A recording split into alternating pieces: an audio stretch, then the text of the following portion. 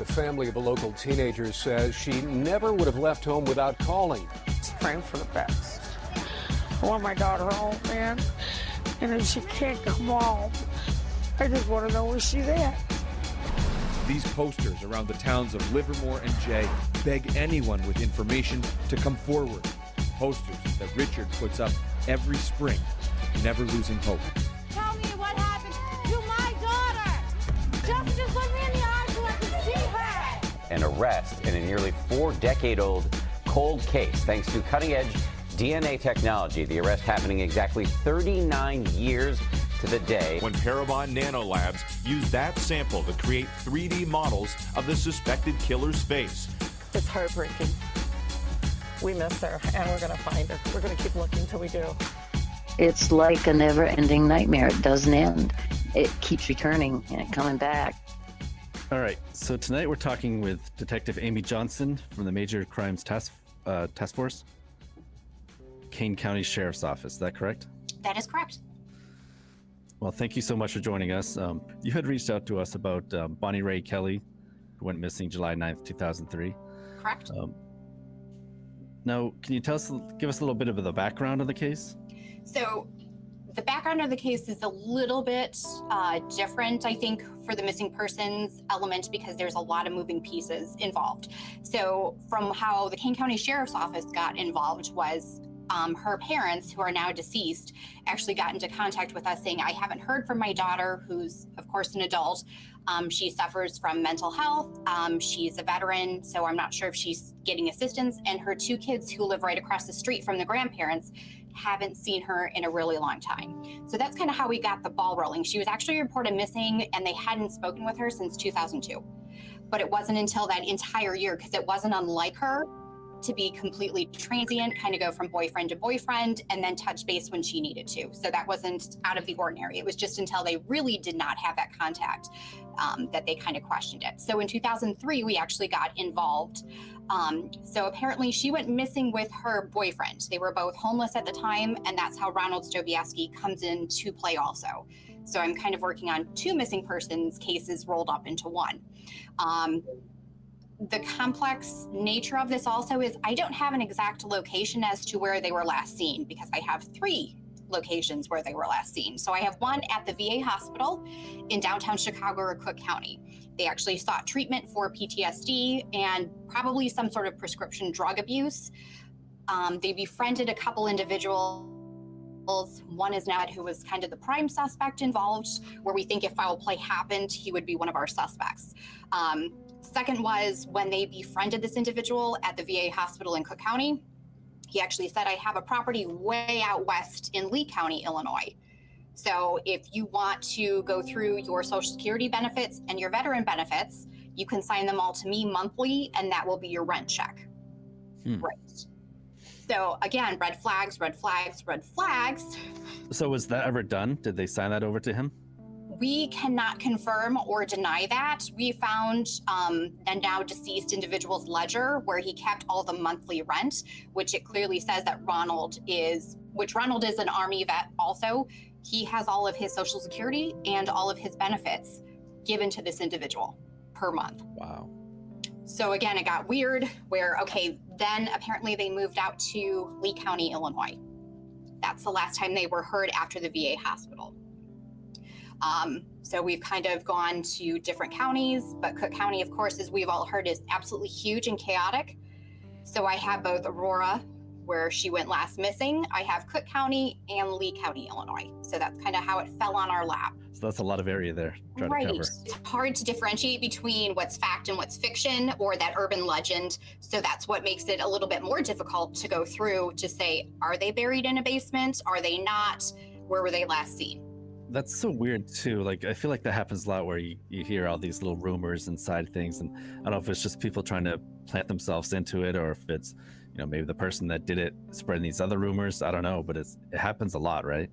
Yes, and that again is where our ground covered.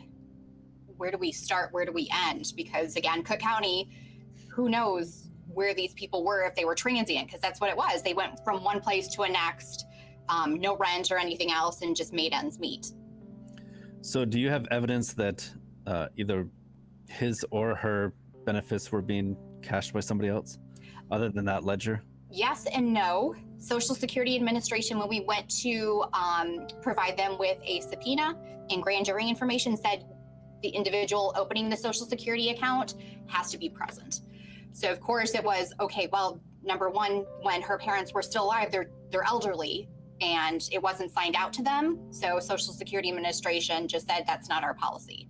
So we had inklings because her kids are still alive, Bonnie's kids are still alive, saying, we haven't seen a dime and they are still going someplace to a P.O. box or whatever that we're trying to track down. I can't believe there's so much red tape involved when there's someone potentially dead or missing. Right, That's which safe. was incredibly frustrating. And we served this subpoena, I want to say in 2007 or 8, where Social Security Administration flat out told us the person has to be coming in here in person. And when we said, well, what happens if this person met with foul play? We can't find them. We don't know what to tell you. They could at least tell you if it's been transferred to someone else, though, right? Exactly. That would be the easiest to show who's cashing in these benefits, where do we go, or even if it's a P.O. box, where is this P.O. box at? So in Maine, we have a thing where that's where we're from. I don't know if you knew that, but I did a little bit of research, so I do know. uh-oh, she's seen our backgrounds, Jeff. Oh, no. So in Maine, after 7 years of no contact with someone, you can have them legally. Is that a thing in Illinois as well? It is, but there's a lot of red tape to go through. So Bonnie has siblings. And of course, X amount of days from 2003 onward, her parents did pass away. And her older brother said, I need to declare her dead because she was the beneficiary to everybody.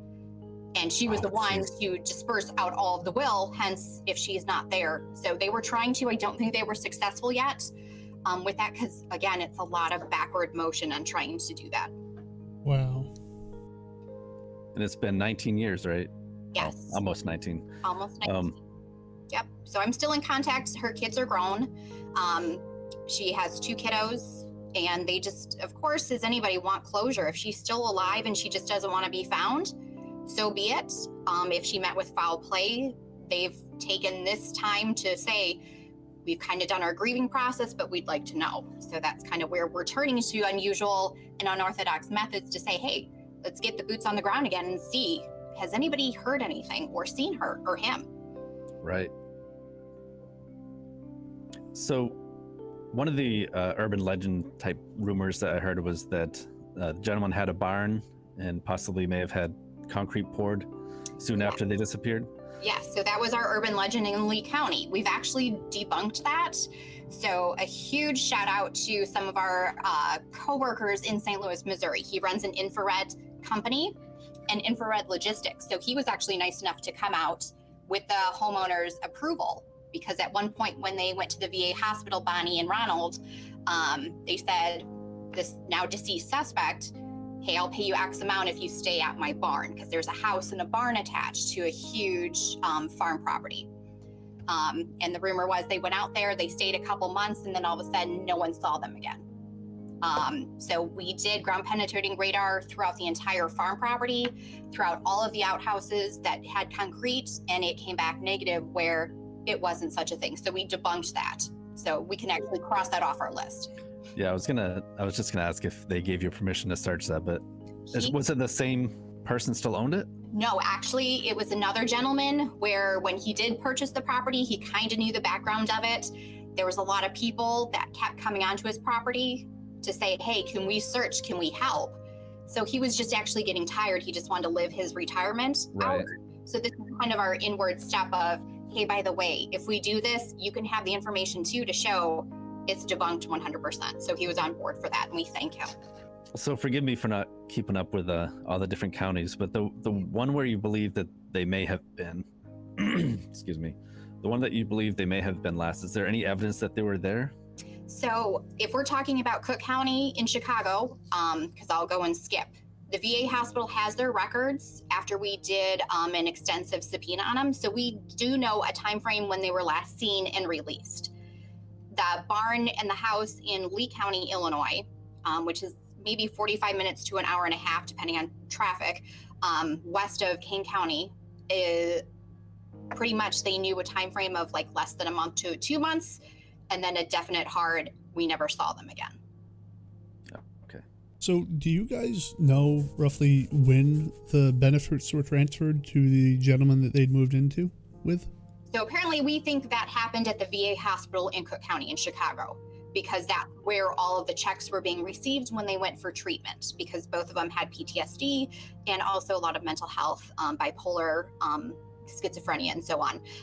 So that's where they stopped. The only problem is our now deceased suspect went sideways and went foul play. Otherwise, we have other witnesses for that. The checks were cashed in Warrenville, which is just, I guess, southeast from where the Cook County or Kane County office is. So It's all on the map in Illinois. I'm sorry, that's more confusing than what we need. So does the family know you're coming on to talk to a podcast? No, they do not. I talked with the son, who's kind of reserved the fact that she's dead and we just need to find a body. And he's come to terms with it. The daughter, who lives in another state, is more proactive, but she has a couple things she's working on too. So I didn't want to overwhelm them with anything else too, but I think they would be very proactive in knowing we're going the unconventional route to try and get our story out, just not in Kane County in Illinois, but out there throughout the world. Awesome. Now, how long have you been on the case? I started on the case in 2006 when I first became a detective up here. I now, as you can tell around, I am now a working evidence technician and a detective, so I'm doing a dual role. So I worked on this case for 5 years when I first came to detective, went back to the road for 8 years, another 5 years in evidence, so a total of 10 years we've been working on it. Oh, wow. So when you were on the road, were you still checking in on this case? I was. Is this one of those cases that just kept haunting you? Oh yeah, it will until I retire, and then even after that, I'll probably touch base with whoever takes it over to show where we're at. It's you can relate whether you're a mom, a dad, or anybody else, where a family member goes missing. We haven't talked. There's that missing piece that you just need to figure out, and that's kind of what drew us all to that, because we labeled this as a cold case file, because not knowing what it is, we just assume maybe she's dead. So it just sparks that interest, and I'm looking at my case file as I'm talking to you. Yeah, with everything. So it just sparks that you need to find this person for closure, for the family, for even the community, because this rattled a lot of people that were very close to this family. Now, with this is classified as a missing persons case, or is it a criminal case? A little bit of both. We categorize this right now as just a missing persons because, number one, we have nothing else to suggest otherwise. But again, that level of preponderance too, we want to go through and treat it as a homicide just in case and work our way down. So we're kind of tag teaming that a little bit. Yeah, better safe than sorry, so you don't miss something, right? Absolutely. And nor do I, like you were saying, I don't want to overlook anything thinking it's just a missing persons case, because we all know that's something in itself too. That's huge. What's really infuriating is that you still have so much red tape to go through when you could have had potentially an answer to solve everything right from the beginning if you could have just found out where the benefits were going, right? Oh yeah. Right, and that was the most frustrating, because I remember sitting there and talking with, I think it was the female in charge of one of the branches, and I'm like, she might not be alive, so I don't know how she's coming in person, and her parents are extremely elderly. Well, she has to come in. Okay, but understand this. So it was the back and forth of, I don't think we're understanding each other. She said you can do subpoenas, because we do grand jury subpoenas here. So meaning we serve the paper. I'm not sure how it is on the Northeast, but pretty much we serve the paper. You either provide the documents or show up to court. And she goes, this doesn't go with our government agency for Social Security Administration, so it's done. Okay. Unbelievable. How about back taxes? Did either one of them owe back taxes? Then maybe the government would get involved. No, right? No. So we went kind of the backwards route. We actually had one of our investigators who was a former veteran himself, who actually went through all of the military benefits, and they were actually able to get where those benefits were going, which was a P.O. box in Warrenville, which again, it's just 20 minutes away from Kane County. So we kind of got our answer a little bit, but just kind of a non-conventional way. And you're probably not able to get a subpoena for that P.O. box to get the information as to who owns the P.O. box? We can. It comes back to somebody who's moved 15 other times, and we don't have a great address. And this case keeps, once you think you're on the right track, it keeps twisting and turning where you're like, all right, start over again. Let me ask you this without, I mean, obviously you can't say much, but with that name, is it someone you've already been looking at? We have, it was deceased. So I think his family, who's the deceased suspect who owned that property at one point in Lee County, I think his family actually probably knows a little bit more. And they're kind of fragmented around the U.S. right now. So it's just trying to track down where these individuals are. He had several ex-girlfriends, too, meaning the suspect that we were looking at. So we're just trying to track them down again. Oh, so maybe one of them are picking up these checks in the PO box. Because again, it too, almost there seems was like several. there could be something larger going on here. Yep. So that's why it's quite intriguing. Also, number one, bring her home and Ronald home in case something bad has happened to both. But in the same, if this is a criminal enterprise or entity that they stumbled across, obviously we want to make sure no one else has fallen into this too. What's also really upsetting about this is that this is potentially like some people taking advantage of veterans, some people who thought that they were getting a helping hand with their life, right? And absolutely, that's what's so frustrating too, is they're like, hey, I knew mom would come every time, whether with a regular boyfriend or somebody different, and now she's gone where she needed the help because she served overseas and somebody took advantage. They were adamant about that and very upset. So that's a great point. How old were her children at the time when she disappeared? Her son, I believe, was 9, and then daughter was 7. Oh man. Yeah. They were tiny, and the grandparents lived right across the street from the family, so they were raised by aunts and uncles. So it was a quite, tight-knit family back and forth. And then finally the kids moved in with the grandparents during that time. Wow. So Jeff and I are both very pro police officers. It's too bad that what you see in the newspapers is the ones that may not make the best choices. Right. To go back to the start of this case, how do you feel the work was done on the investigation in the beginning? Do you feel like appropriate steps were taken and appropriate action was taken?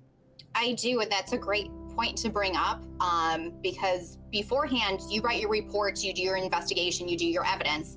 This was nice to see that some of those missed areas, because again, this started in 2003, 4, 5.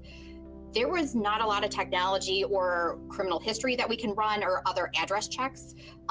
Plus, it was good to know as a reminder, they weren't really good note takers or report writing. So in that area, it could have been a lot easier if they just would have followed a chronological order. I do work with some of the detectives that were assigned. They're now lieutenants, sergeants, and so on. So it's good to tell them and keep them updated, but they don't remember anything because they did a search warrant at the house in Lee County. And I have 1-page document showing that they hit on bloodstains and a carpet with a cadaver dog. I have none of that evidence. I have no documentation if it was sent to the lab, and I have a 1-page report on what happened because then it was turned over to Lee County. But the disconnect was Lee County's like, it wasn't ours. We helped you out, but it wasn't yours. So it's like, but where is everything? And I've seen that a lot where, obviously times have changed, and I think everyone realized evidence there is to be collected. But it used to be they'd write like quick notes, and things that would make no sense to you and I reading it, but in their head, they just scribble a quick note and it makes perfect sense to them. Yep. And that's where no photos, no other documentation. A lot of stolen property was found when they executed that search warrant that first time, but no one knows where all of these items went. So I have no evidence in this case. If it would be a homicide, I have nothing. So it's again tracking people down to say, okay, in 2003, if earlier, what did you remember? And a lot of people, that's a huge time span to say, listen, COVID happened or this happened, I can't recall. I think you might have touched on this earlier, but from the time that they went missing until the time, how long was that stretch? It was almost a year. And I talked to the parents, like that you have to understand, Bonnie, she went to different hospitals, she traveled. So it wasn't out of the question she would touch base with us, but we knew there was a lot of demons that she was working on too. And she would get better and then she wouldn't get better. So we knew kind of the gist of it. But when 2003 hit and it became summer and her kids hadn't heard from him, that's when the problem where we need to do something. All right. So we spent some time talking about Bonnie's family. What about Ronald's family? That's even trickier. Ronald's family lives about an hour and a half away from us. So I did get DNA from known relatives. When I went to his dad's house, again, no one had told me, he's actually adopted. He has a twin sister. They came from overseas. So dad, that I thought was biological dad, is adopted dad. And he was about 96 when I last saw him.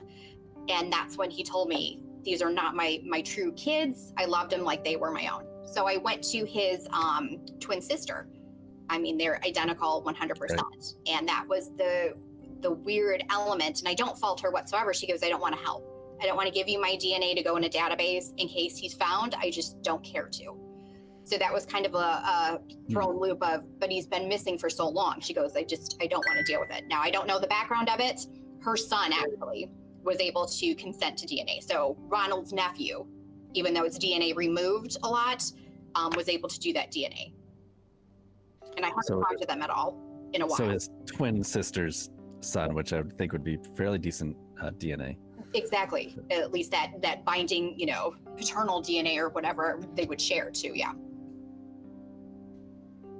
Oh, man. Now, can you just go over a brief description of her, physical attributes and all that, then also with him, age and all that?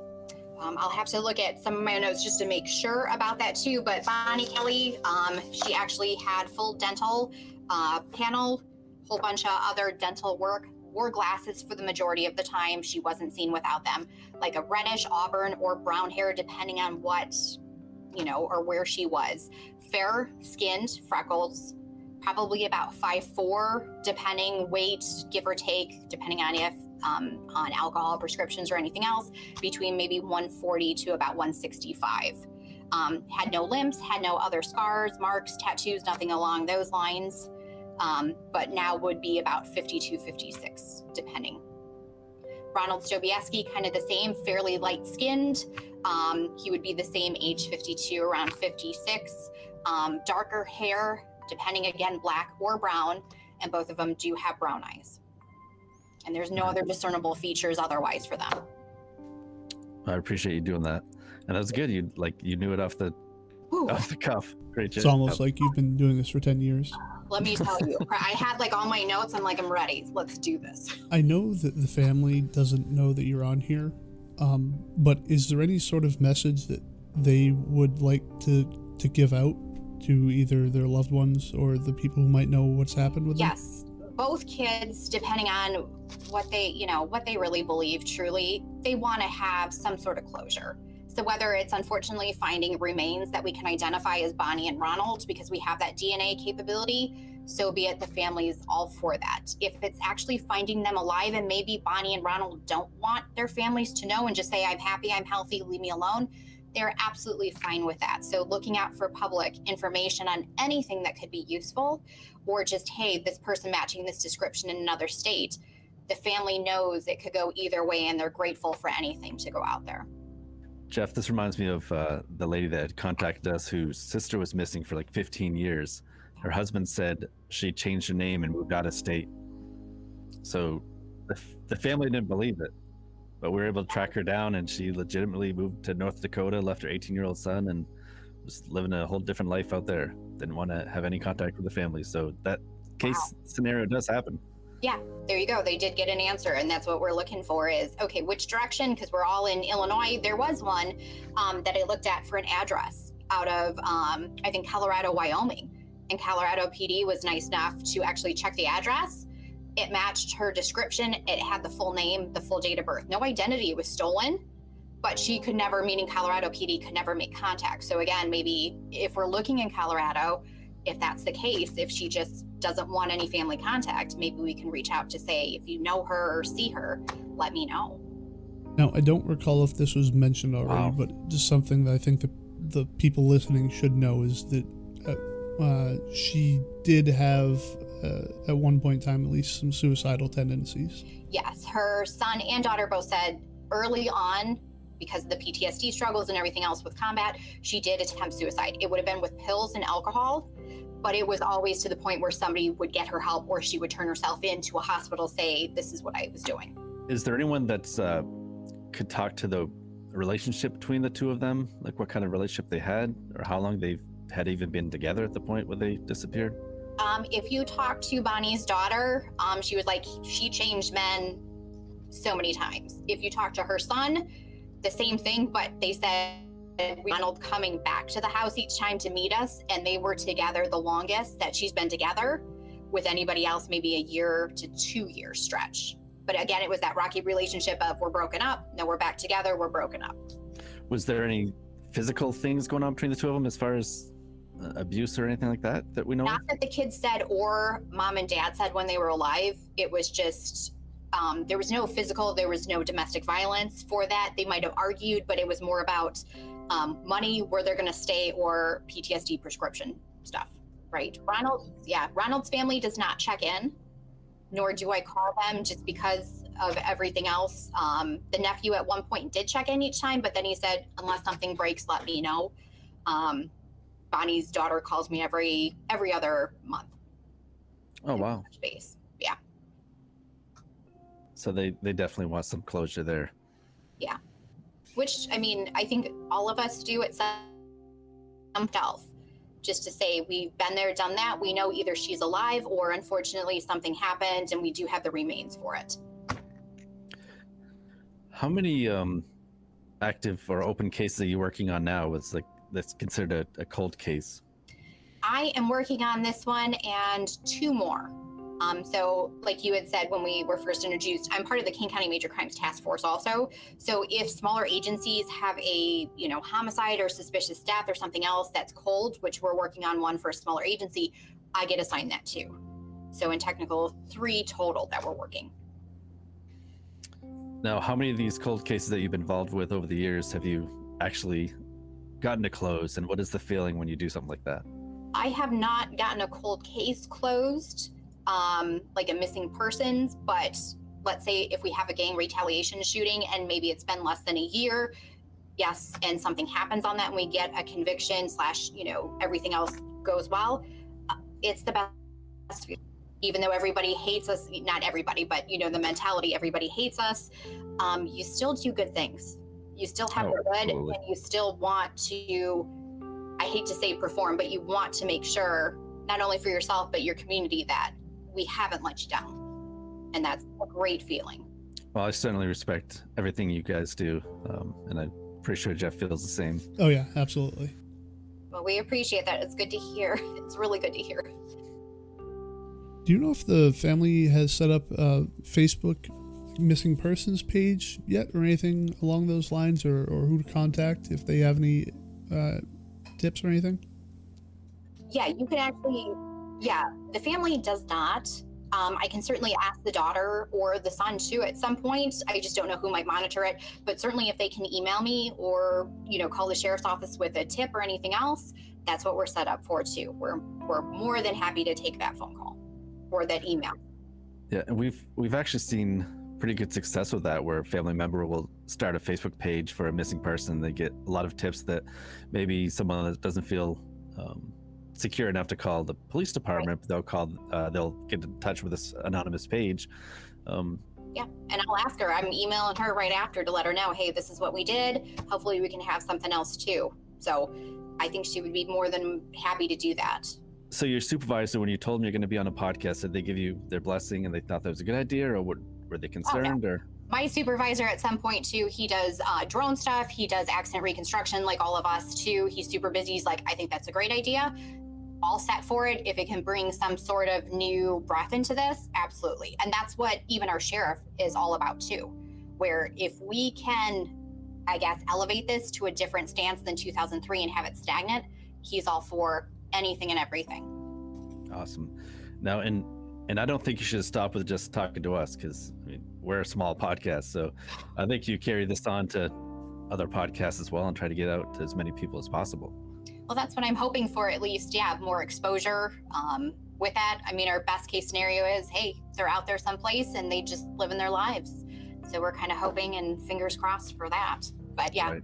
We'll reach out to other podcasts too. All right. What would you like to say just in closing before we go? Is there anything you have? First thing, number one, thank you all for letting me join today. I'm most appreciative of that. Number two is, with all the hard work that went into it with the detectives before me, and then during, right here, and then even after, we just want to pass along that information that if you've seen something or know something, pass it along, whether you wish to remain anonymous or not. We're just trying to find Bonnie Kelley and Ronald Stobierski, whether they want to be found and they're just someplace else. We completely understand that and respect that. Or if something else happened, we'd like to know and at least follow up on that. So that's our true commitment as to why we're just getting that word out. All right, Amy, thank you so much for joining us, and we hope you have a good night.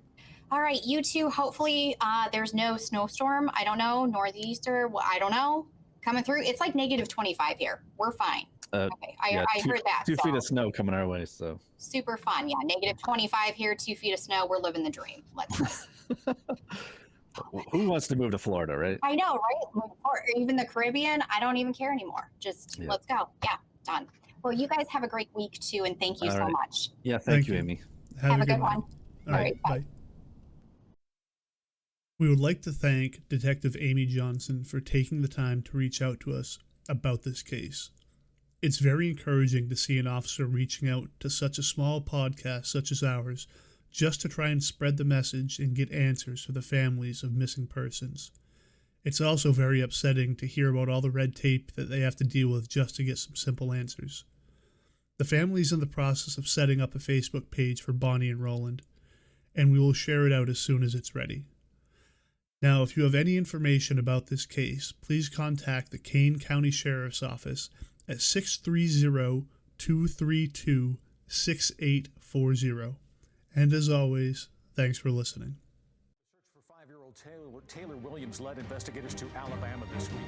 So we have some breaking news from Florida. An arrest has been made in connection. After years of agony, a glimmer of hope for the family.